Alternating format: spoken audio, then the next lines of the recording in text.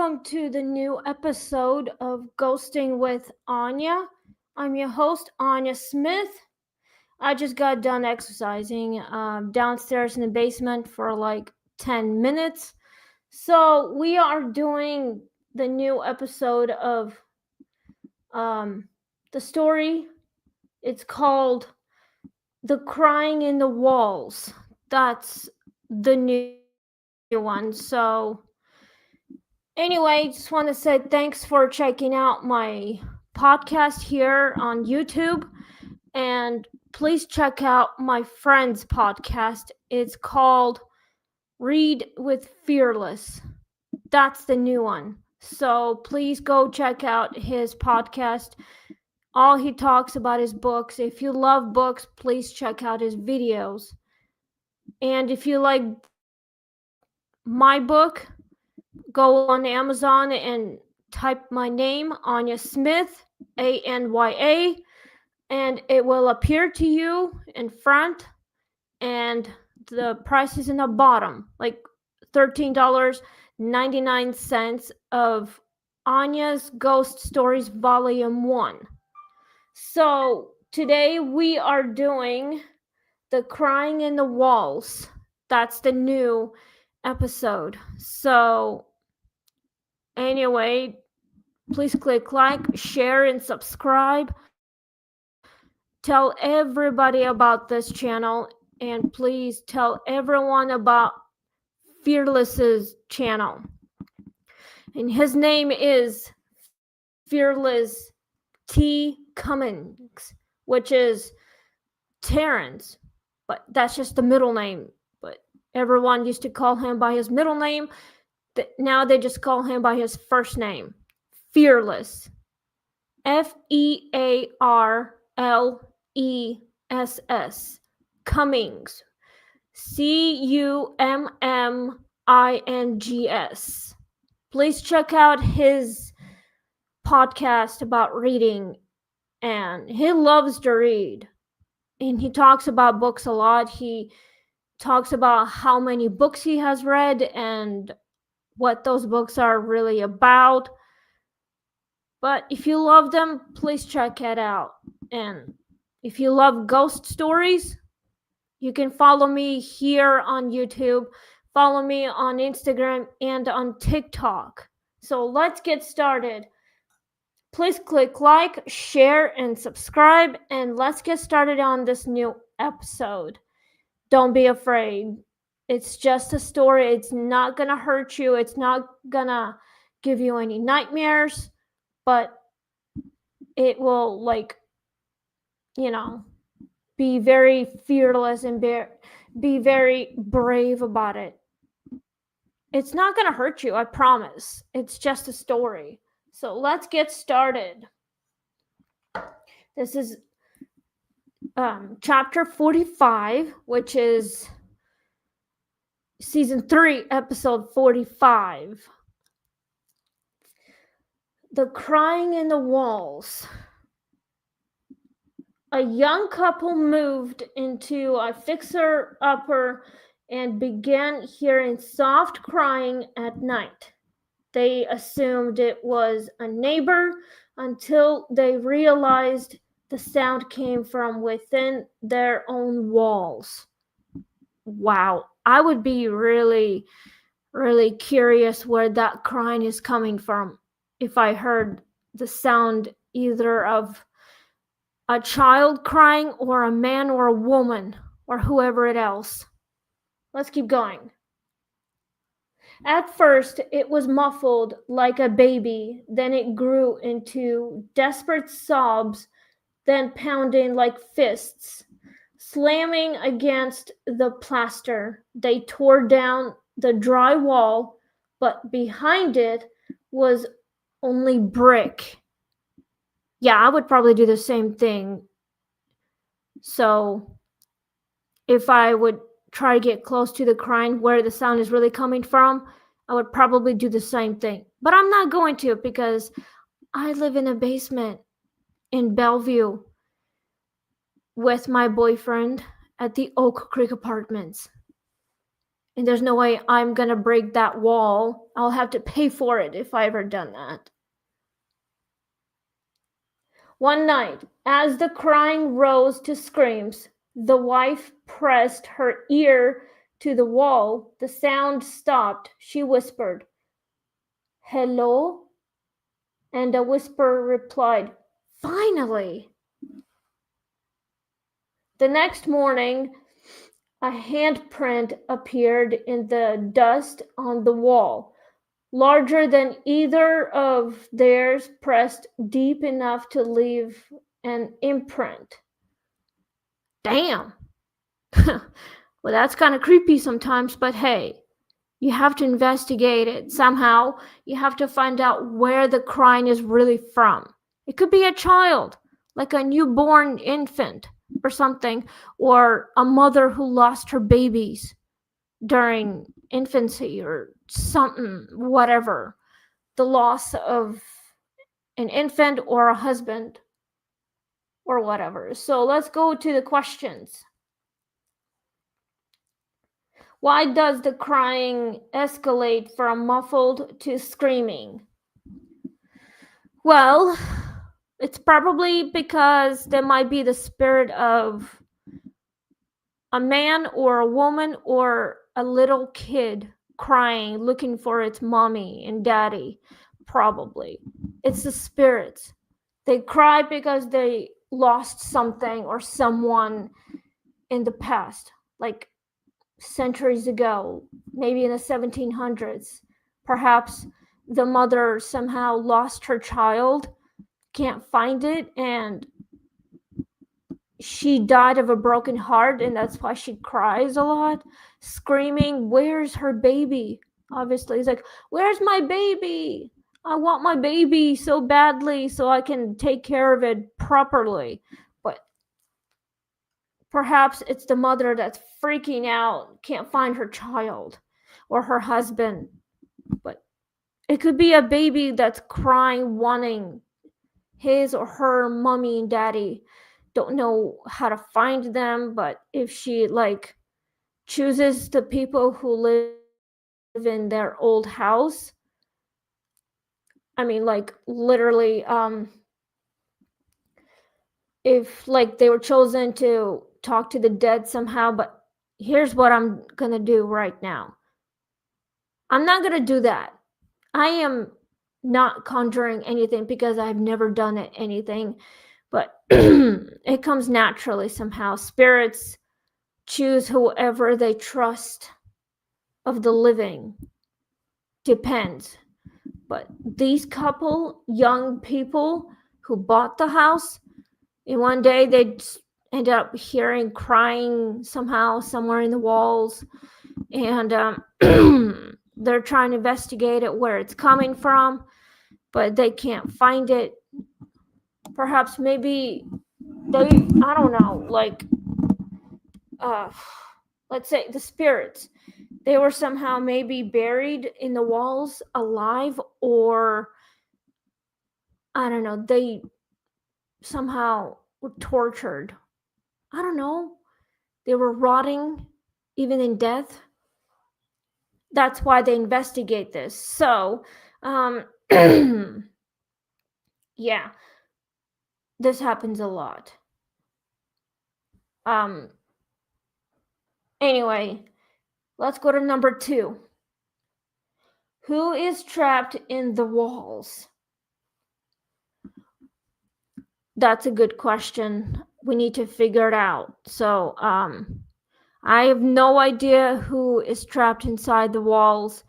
It might be the spirit of a woman who lost her family in the past, and she has no idea that she might be dead, or maybe somehow her child passed away and crying because she lost her family, like her husband and her child, perhaps age of 6, maybe. Her child is probably either 6 years old or still an infant, like a newborn infant. died of yellow fever or infancy or whatever, the plague probably. And that's why she's crying, probably wanted to find someone to help her find her family. She can't move on if she finds help. I think those young married couples somehow were chosen, but they don't know how to help her. That's why the crying continues. But, it happens a lot. That's why you have to investigate. Especially, you need to do investigation of the house and the previous tenants or whatever. I don't know, talk to about local people about the actual house where spirits are. They probably would. I would probably do the same thing, but if I bought a haunted house, I would want to background checks on it. What's the story? What's the legend of it? And what tragedies that caused them? All right, let's go to number 3. Why did the voice say finally? Perhaps the voice of a spirit of a woman was probably looking for the living to help find her family who passed away, and maybe she was chosen. Maybe the living woman doesn't know that there's a spirit of a dead woman who wants to find her family but can't help. Don't know how. That's why she said finally, because she wanted to talk to someone. It just happens. Perhaps, but let's go to number 4. Could the handprint be a breaking through or a warning? Wow. Yes, it can be a warning and a breakthrough. It could be both, but a handprint is probably appeared because that woman was chosen to be a ghost whisperer somehow. She has no idea. She might be psychic, medium, don't know how to control her power, but maybe she's the only one who can hear it. That's why the spirit chose her. That's why she said finally. But, so this happens a lot.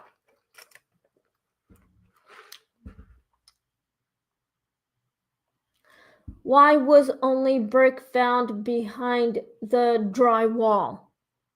Well, maybe it's because they couldn't find the room behind it. It's probably because it was closed off. It's a warning just to make sure they cannot go in there. They did that because they don't want anyone to find out what really happened in there.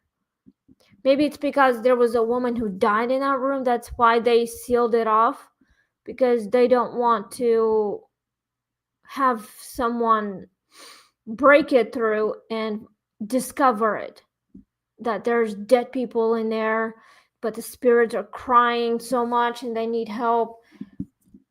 Maybe that is the reason why. It's a warning, probably, of the dry wall. It was sealed off because they don't want the secret to be found out by the living. That's why they did it. They're just trying to protect their own secret and reputation. No wonder why.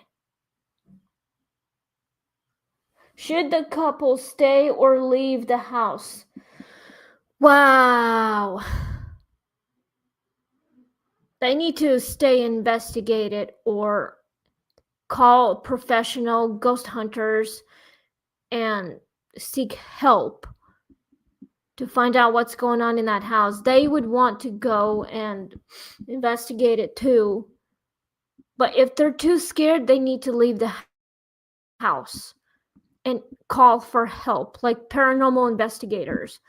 They could probably investigate it and find out what's really happening there and why the sound of crying is like all over the house. Why can't they like leave it alone or whatever? Spirits are trapped in there. No wonder why they're crying. Because they want to be free.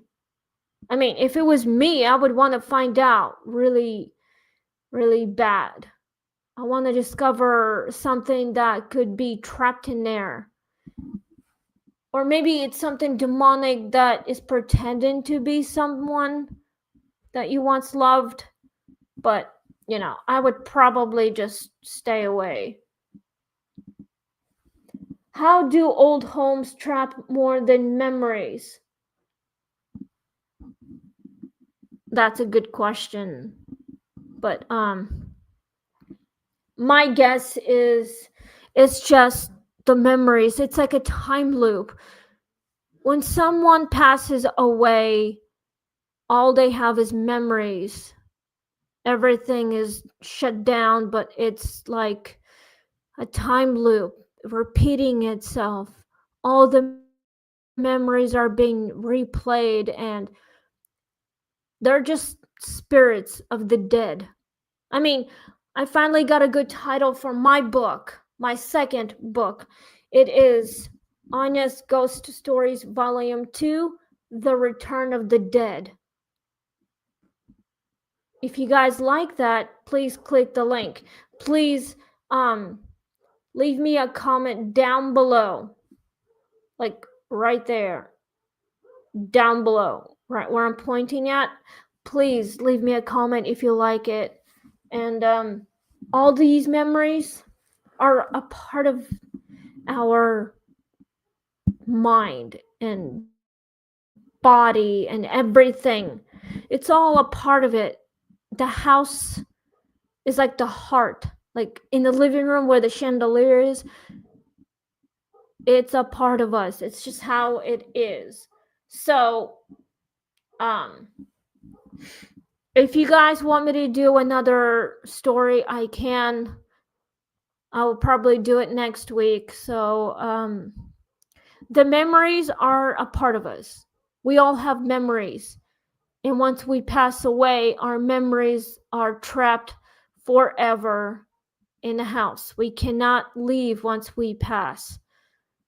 We can't move on until we find closure and find justice and find the one who decided to, I don't know, take our lives, and we are just memories. It's in our minds right there. I probably somehow hurt myself, but hey, I'm okay. I've got memories, but sometimes memories can be lost. Some can be found, but some can never return. But it's just how the house is. It's old, it's falling apart. It can never be sold. It just stays like this forever. It's probably because it's literally, I don't know, keeping the intruders away. Bad people probably.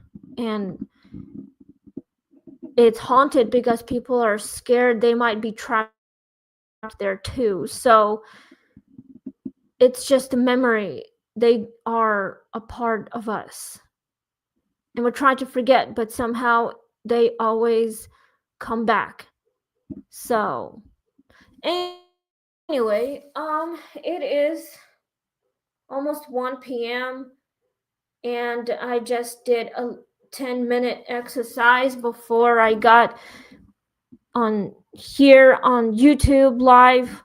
So if you have any new stuff, let me know on the comments right down below, right there. But